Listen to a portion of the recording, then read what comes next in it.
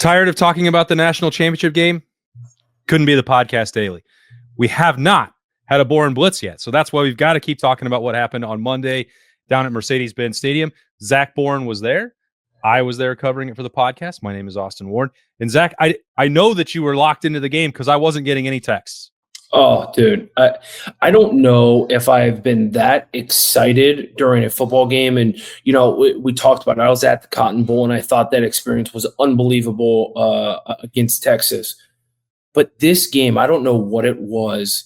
And granted, it was my only second national championship game I've ever been to, with the first one being my little brother. So I was a little bit more nervous for that game. This one, man, I just don't know if I've ever been this fired up as a fan. It was an unbelievable experience. I could not be more excited for Ryan, for his family, for this program. Like, if there was anyone who deserved a national championship, it was Ryan Day. Hands down across the country, it was Ryan Day for everything that he has been through, his family's been through, how close he has gotten, for how much negativity there is from a local level within the media.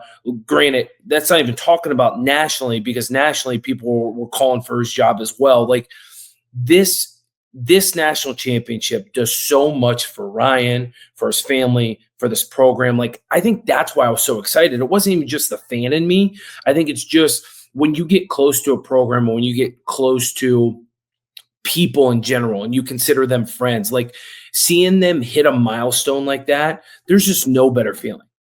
Yeah. So we've been doing this for a while, Zach, and we've been doing the defensive breakdowns, for 6 years, I guess, at this point. But we've also been doing some of these post-game breakdowns now, 3 years of this, where we're getting into it. We're one day later than we normally would be. But we've been doing this for a long time, and we've talked repeatedly about your belief and confidence in Ryan Day and why he's the right fit to lead the Buckeyes, and the organization, the structure, the confidence that he gives players, the relationships that he has with them. But it was only 6 weeks ago. We were still talking about all those things, but there was also this caveat, which is like, well, maybe he wouldn't be able to sustain this coming off of November 30th if they didn't respond against Tennessee. And, that was the widest I think that door has been cracked in any of the conversations that you and I have had about Ryan Day and Ohio State and the future. But you did say then, if they beat Tennessee, look out. And you were right there. But you really have not ever had any significant wavering doubts about Ryan Day. And that was validated, I think, for the world to see on Monday night. Yeah, I've never had any doubts about Ryan, and I've been outspoken about that multiple times. Like, if you want someone to run a football program, if you want someone to lead young men, if you want someone that's not just a great X's and O's football coach, but actually create a culture within a locker room where you're taking 18 to 22, 23-year-old men from across the country, all kinds of different backgrounds, and getting them to play for a purpose. Like, there's no one better than Ryan Day. And I think you see that after the way that the players respond to him, and listen, I got in trouble this past year a little bit when I called out the players, right? And we try and be very biased in our approach. But at the same time, like, I've put on that helmet, that silver bullet helmet, right? Like, the coach can only take you so far. It kind of goes to the analogy of, you can take a horse to water, but you can't force him to drink. And so, you look at what Ryan Day builds from a program standpoint in the offseason, the support in the season, the X's and O's that he sets up this team to succeed.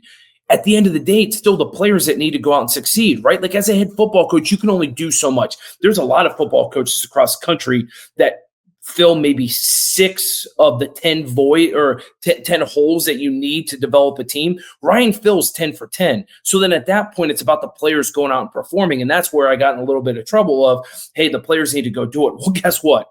The players did it. And I think that's what you saw, was this team come together when their backs are on the wall. Their coach, like you said, the door maybe was the smallest margin open it's ever been, even though it was open, right? Like, those guys came out and were like, hey, this is our head coach. we realize that we're not against the wall anymore. Our coaches, and we want to come out and play for him, right? Like, we're tired of the negative talk from our coach, and we want to show everyone that he is the best coach in college football. And I would argue that this team played pissed off and played for Ryan Day during this playoff stretch. Like, there was just an attitude about them that you could just tell. Like, there was something bigger than just playing for a national championship here. It was, Ryan talked about family multiple times in his pregame speeches. And now I wasn't around the program, didn't hear anything. There had to be something going on around family for those many messages to get directed to the team like that.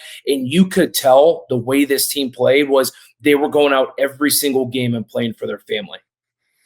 Yeah, I asked Ryan Day about that on Tuesday. It was the last press conference down in Atlanta, the question was geared more specifically to his actual family, because I think one of the coolest moments that I've seen in a long time, and there were a lot of moments just in the last 6 weeks that have been awesome. Post-game celebrations, hugs between players. Jack Sawyer and Ryan Day had one after the game in terms of, coach and first commit and the moment that they had in the Cotton Bowl that was really special. But like, when you mentioned, Zach, everything that Ryan Day has been through, he stayed up on top of the platform holding the national championship trophy during Carmen, Ohio. And he had, the girls with him, RJ's with him, Nina's there, and he's holding the trophy. And they get to the end of Carmen, and he's using the trophy to make the O. And like the feeling that he had there, I just watched it, I videoed it. I was like, this is pretty special, because they have been through a lot. Nina has given interviews to multiple people. I talked to her on the Notebook a couple times about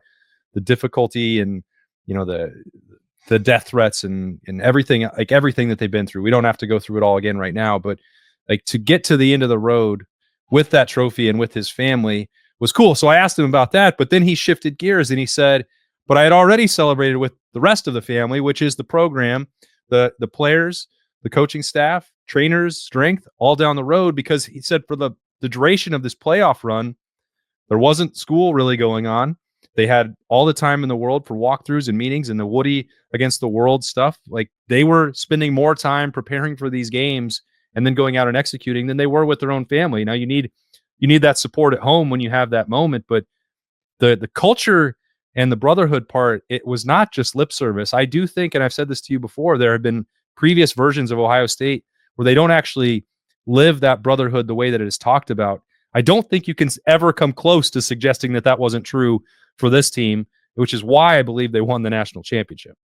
And this is why I think Ryan Day is the best coach in all of college football, is because the brotherhood has been a mantra of the Ohio State program for decades now, right? Like, it was a huge discussion when I was in school.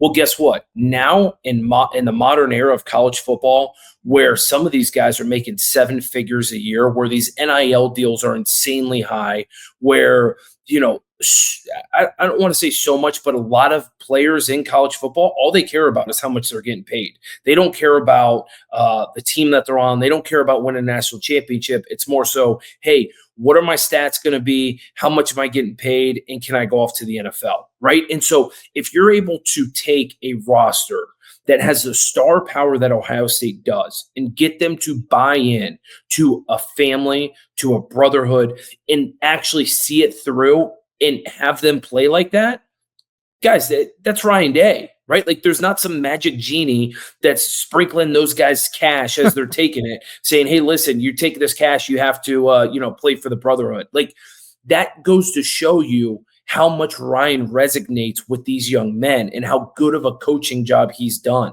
And so, not many people want to look at it that way. So many people, even in the media, are like, oh, well, they should have won it. They threw $20 million at this roster. Ohio State fans are like, oh, well, okay, Ryan Day finally did what he was supposed to do. Like, no, that's all BS, man. Like, this isn't normal college football. Like, I hate to say, you got a lot of selfish dudes out there, right? Like, I've seen the NIL world up close and personal. Like, I've seen it. Yeah. It is almost next to impossible to get all of these guys to be on the same page with their agents, with their families, with all of these people in their ears at all times, to close those doors and just close out all the outside noise. Man, like, Ryan, like, That's unbelievable. And he's not getting enough credit, even after winning a national championship. He's not getting enough credit for everything that he's done when it came to that. Yeah, I mean, he clearly did a fantastic job, and I do think that there's part of this, Zach, when we go back to post November 30th and the way that I cannot wait. Berman and I have talked about this a number of times. Like Ryan Day saying, there's stories to tell. There's hundreds of stories to tell. I think once players start talking more, and Ryan Day, about that meeting after the loss, that's what I'm fascinated by, because I think there's an element where Ryan Day had to say, when you're talking about the team buy-in and executing and going out and playing with emotion after that. Like, I think that Ryan Day had to stand up in front of that room and say, coaching staff made some mistakes. Certainly, it's undeniable offensively. I think he had to take accountability and ownership to make sure that those guys still believe that. I think his willingness to do that is significant, and why the players responded the way they did. And I think that also goes back to the coaching staff doing the same thing defensively after Oregon in October. Like, those guys did not scapegoat the players. They did not say, we put together a great game plan and we just didn't execute it. Because the defense did not do that when they lost their first game of the year, and the offense didn't do it when they lost the second one. And I think that, the guys who are not on the field, the ones that are calling the plays, that are trying to put the players in position to win, the reason that they got buy-in and those guys to play at the highest possible level 4 times in a row against top 10 teams is because they communicated that they made mistakes. In my opinion, again, I'm hoping that the players will communicate some of this as we move forward and tell the stories of the 2024 Ohio State Buckeyes. But at least that's the sense that I got, and I know happened defensively. I suspect happened offensively after that first loss. But who does it all come back to? Ultimately, it's Ryan Day, and I think he was intimately involved in both of those conversations. And again, that's a thing that you deserve credit for, because nobody likes to admit making mistakes. But if you don't, and if you don't look for a solution, and if you don't learn from it, none of what was happening post November 30th could have happened. You hit the nail on the head. You said basically everything that I would want to say when it came to that. Is I cannot wait to hear some of these stories that have come out, or that are going to come out, and I hope come out, because the storylines in this team and the trials and tribulations that they went on, it's fascinating, right? Completely fascinating. And then you talked about Ryan Day putting his hand up and say, hey, listen, that's on us. Any grown-ass man who's a type A personality, who's the head coach of arguably the top program in the country, we'll call it top 3 for unbiased purposes, right? any coach in that situation, how many of them are going to come in and say, hey, listen, I messed up, right? Like, it's on me. Like, I'm taking the blame. Let's sit down and talk through this. And for Ryan to do that shows you what kind of person he is. I mean, any person in that situation could be like, hey, listen, you guys didn't make the plays, right? Like, we called the plays. You didn't make them. I don't care if we call 21 dive every single play. Guess what? It's your job to beat someone's ass and march the ball down the field. And you didn't do that. No, he didn't say that. He came in and said, you want to know something? That's on us. How can we be better? Give me your feedback, right? Like, we're not perfect. Let's talk this out. And you saw that. And I think, that's where I kind of talked about earlier, is that's why I think so much of this team, like so many of these guys, were like, it takes a big person to do that. I think that's why they love Ryan so much, because he's able to be vulnerable. He's able to relate to those guys. He can be Mr. Type A, strong arm some people, and have tough conversations when he needs to. But then there's also that relatable, softy, best friend guy when you need him there. And so, yeah, man. I mean, Austin, you hit the nail on the head. Like, that's another thing. I think there's so many things that people do not give Ryan Day credit for, when he deservedly should be getting so much more credit than what he does. Yep. And I'm not saying that he deserves it solely, because you and I have also made this point, especially dating back a month ago at this point to Tennessee, called that a complete program victory. Now, the guy at the top is obviously going to get the most spotlight and the most attention for that, but I think about the work that Justin Fry did in the postseason with the makeshift offensive line. I think Larry Johnson did an amazing job with the defensive line in the second half of the year. And I have to be one of those people. Like, I've been very critical of Larry Johnson and defensive line rotation and production, lack of sacks and all that over the last couple of years. Hey, his guys, whatever adjustments they made, whether that is with Jim Knowles, whether that was independent of Jim Knowles, I don't know. I'm not in those meetings. All I know is the defensive line played their butts off down the stretch, and we all saw the results of that. So, I could keep going. I could name every position coach probably. Those two were the ones that we spent maybe the most amount of time looking at. So I think that goes into it. And how did they win the game on Monday night, Zach? The offensive line opened huge rushing lanes. Will Howard largely had enough time throughout the game. Not perfect. Again, you're going to get beat sometimes, and Notre Dame has really good players on both sides, especially in the line of scrimmage. But the offensive line answered the challenge in the postseason, and the defensive line was at the highest level that it's been in 7 years at least. And so the position coaches deserve credit for that too.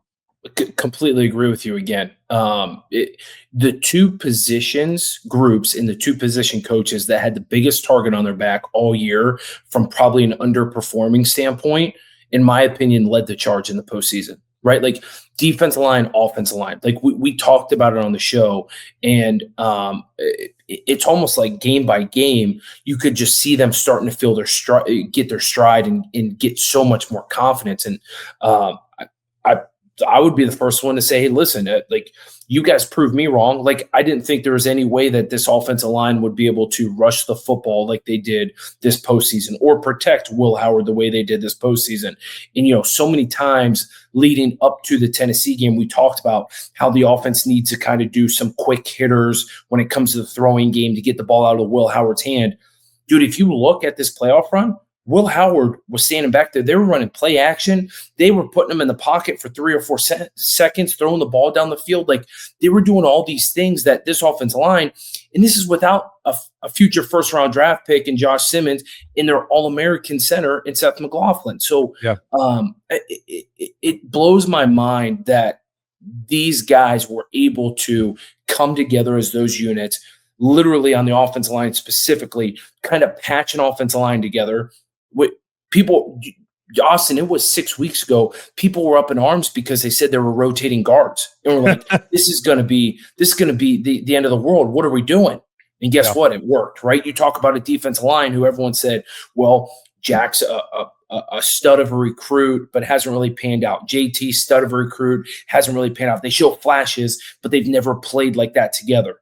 Those last 4 games, those two dudes were in unison, man. Getting after the quarterback, stopping the run. Tyreek Williams, Ty Hamilton, both of them showed out. Like, here's another thing that no one's talked about.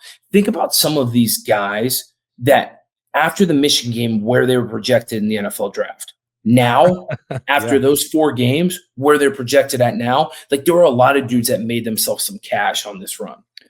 Well, I think that conversation it doesn't have to start there, but it probably should with Will Howard, because he's a legend now at Ohio State, Zach. I mean, you know what happens when you win one of those rings and when you play quarterback for this school and you are able to handle the scrutiny and the pressure and deliver at the highest possible level. He only had to do it for 1 year, but he made that decision towards the end of December, right around the Cotton Bowl time a year ago. It's like, want to improve himself, A, for the NFL, B, compete for a championship beyond what Kansas State was capable of. He checked both of those boxes in a huge way, and I think it's really fitting that he capped that victory with that throw to Jeremiah Smith, because also in December, Ryan Day's knees were buckling to finish off a 5-star recruitment. Gets both of those guys into the program. Brian Hartline's developing another amazing wide receiver. Ryan Day and Chip Kelly are developing Will Howard for the next level and to execute offense at the highest level. And then they deliver that 3rd and 11, which was just beautiful, especially because some of the scrutiny that came for Will Howard this year was about his ability to throw the deep ball. I mean, I just laugh about Will Howard because I'm like, that dude, Austin, so funny on this recap of the show because I feel like it's a common theme of there are so many people who don't appreciate those people enough, right? Like we talked about Ryan Day, we talked about all these guys. Like I still don't think there's a lot of people that appreciate what Will Howard has done. People still want to scrutinize him for for the inability to throw the deep ball earlier in the year. And Will Howard, the leadership, the way that he played those last 4 games of the season, what quarterback's better than that in college? And I don't want to get in this argument because we could talk in circles. I saw Mel Kiper's 1.0 draft that came out, and Will Howard's nowhere to be found in his top 5 quarterbacks. I don't know if I'm starting an NFL organization and I'm running it and looking at, especially at this quarterback class that's coming out, like Will Howard is a dude. He can make the throws you need to make. He's tough as hell. He is a leader. He does the things that the dirty stuff that leaders and captains of a football team do. And it goes back into this time and age of college football and football in general. So many times is the quarterback the prima donna, right? The prima donna. You look at the top guys right now at the draft board in college football, both kind of prima donnas. There's a reason why one of them didn't end up at Ohio State, right? He wanted to come here, reason why they didn't take him.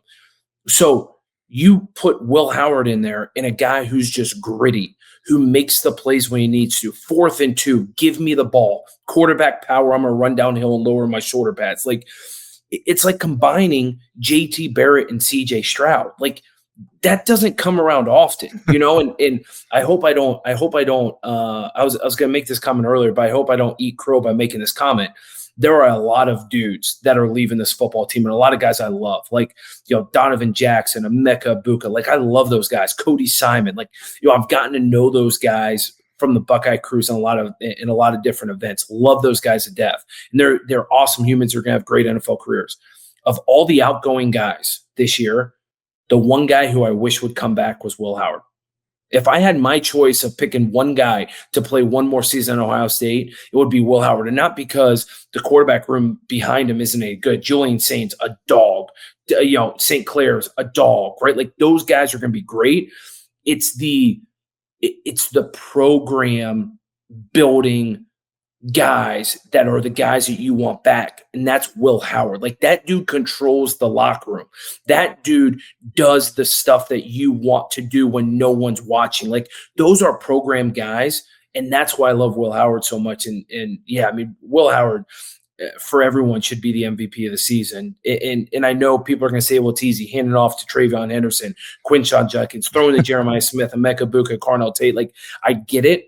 But where that dude was a year ago, and hopefully you can back me up on this, from when he walked in as a quarterback from Kansas State to how much he's grown to where he is now, I mean, it's a complete 180. That dude went from kind of, and he was never shy, but you could tell he didn't command the dudes like he does now, but went from that to what he is now, throwing the ball down the field. Yeah, I mean, the compliments can go on and on, Austin. They can, yeah. And I think I've had a number of conversations with Will about that, including, one after the game and on Tuesday. He's never said anything negative about his time at Kansas State. And he never will, I don't believe, because that's the kind of person that he is. And he appreciated it and it helped get him to the spot that he was at. But there are comments that he makes a lot that you can tell it's different. He needed someone to take him to the next level. He was not going to be able to do that at Kansas State. When you're talking about when Ryan Day wants to coach you and you're a quarterback, you should do that. I think that the clip of him saying that on Tuesday, talking about the reps that he was getting from Chip Kelly and Ryan Day for that specific throw, the ball to JJ, hey, it needs to be 42 yards or whatever it is through the air. It's got to be on the red line. You got to be able to use the sideline. The depth of knowledge that he got and the intensity of the training and coaching and education, like, you have to sometimes this is going to sound like another way to just go back and talk about Ryan Day. And in some ways it is.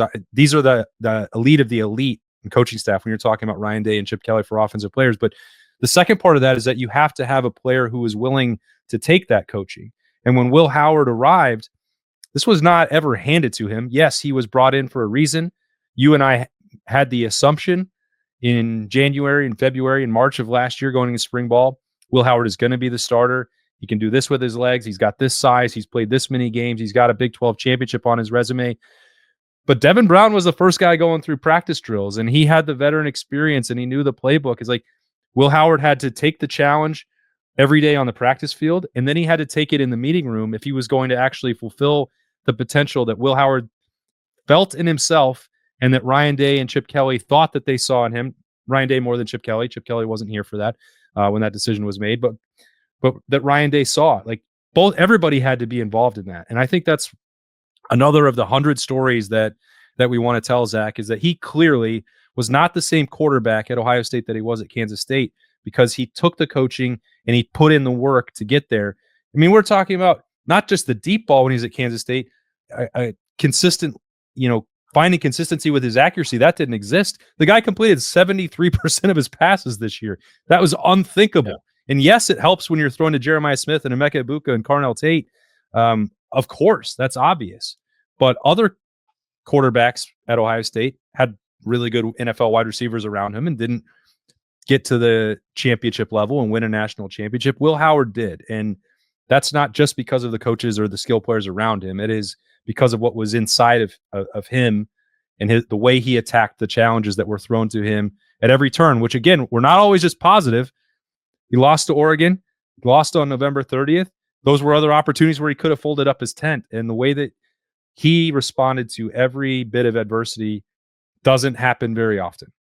Well, Austin, I would even argue, and I'm sure he would probably agree, and I'm sure Ryan would agree, the throw that he made at the end of the game to basically secure the national championship, if you asked him to make that throw in March on the first day of spring ball, couldn't do it.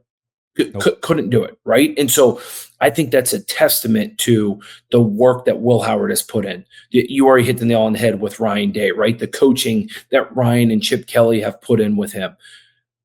But guess it goes back to what you said. What you said this entire time, though, is in order to get from A to B, and thinking that, guess what, I'm a Big 12 champion, that I've got aspirations to be a big time NFL quarterback. Like you have to be what's the quote that Jeremiah Smith said after the Michigan game, right? Like something like, coach me hard. Challenge me. And I love that, right?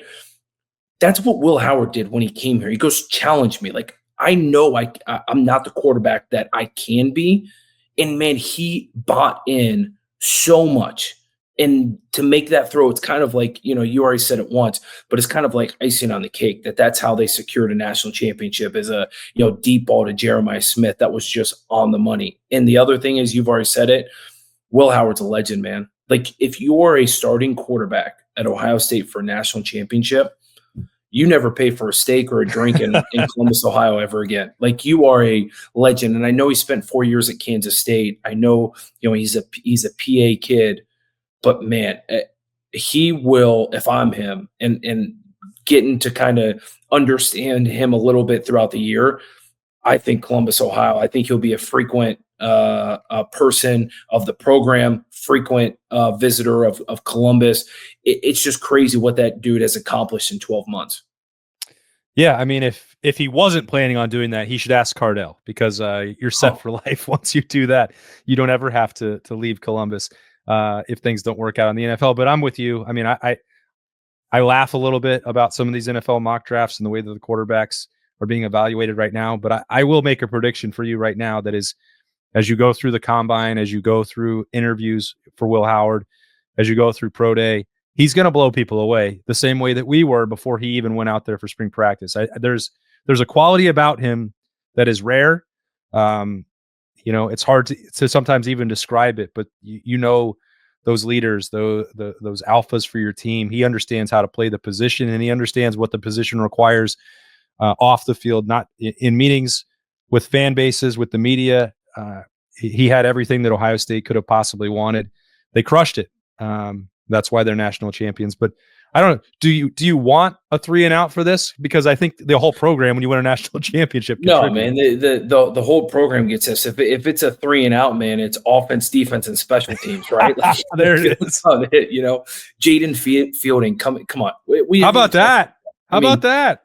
dude, after the Michigan game and then coming in and doing what he did on this run, kicking a 46-yarder Monday night. I mean, Yeah. and just absolutely drilling it. That thing would have been good by 60. And I know that field goal, it did for me actually. But when he just drilled that, it took me back to 2022. Same field, same everything. Same direction. It was the same direction. Oh, okay. I didn't know it was same direction, but just all of that. And I'm like, oh my God, like absolutely just, yeah. So that was a little heartbreaking a little bit, knowing that, hey, this could have been easily the second one in 3 years, but it is what it is, man. I know there's so much to be proud of being an Ohio State fan, covering Ohio State. I know there's so many times like I feel like we're part of the family, and that's what Ryan does, right? When Ryan, that's another thing people don't see. He makes the media feel like they're part of the program. They're not the bad guys. He associates them and brings them into his life, the program, all those things. Couldn't be a nicer guy.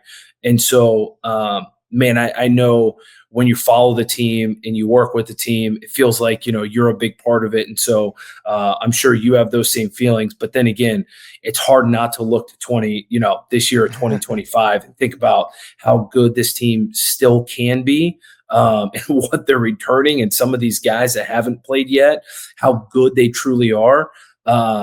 Yeah, I mean, you don't want to put the pressure on them, but man, it's going to be fun following this team again, especially once you win a national championship. The confidence that it breeds within that locker room, knowing like, hey, listen, we can do that. That's when it gets scary, Austin. I know. Well, there's Boren Blitz will be back on a normal day sometime soon, and maybe we'll start looking ahead to 2025. It's never too early, right? But we had to at least pay a little tribute, because these are the post-game analysis. These are the wrap-ups. It's the Boren Blitz. We had to have one for the last game of the season, and I thought it might go longer than some of the others, and it did. But I think it was worth it, and hopefully you don't mind doing it either. No, man, it was worth it. It was so much fun covering this team, and it goes back to this, and I'll say it again. And I feel like we've been repeating a lot on this show, but it's just because I don't think people realize that are this close to the program. The true magnitude of what this run truly meant to this team, and knowing where they were at one point to where they are now at the top of the king of the hill, so to speak.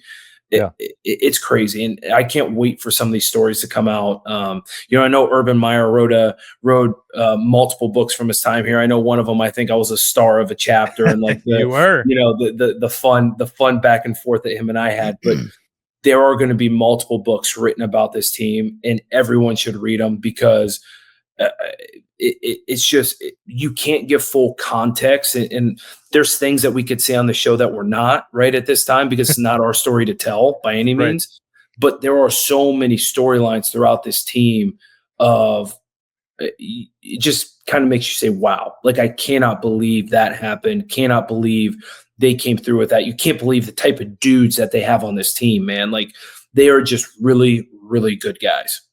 Yep. I am very much looking forward to telling those stories throughout 2025, as many as we possibly can.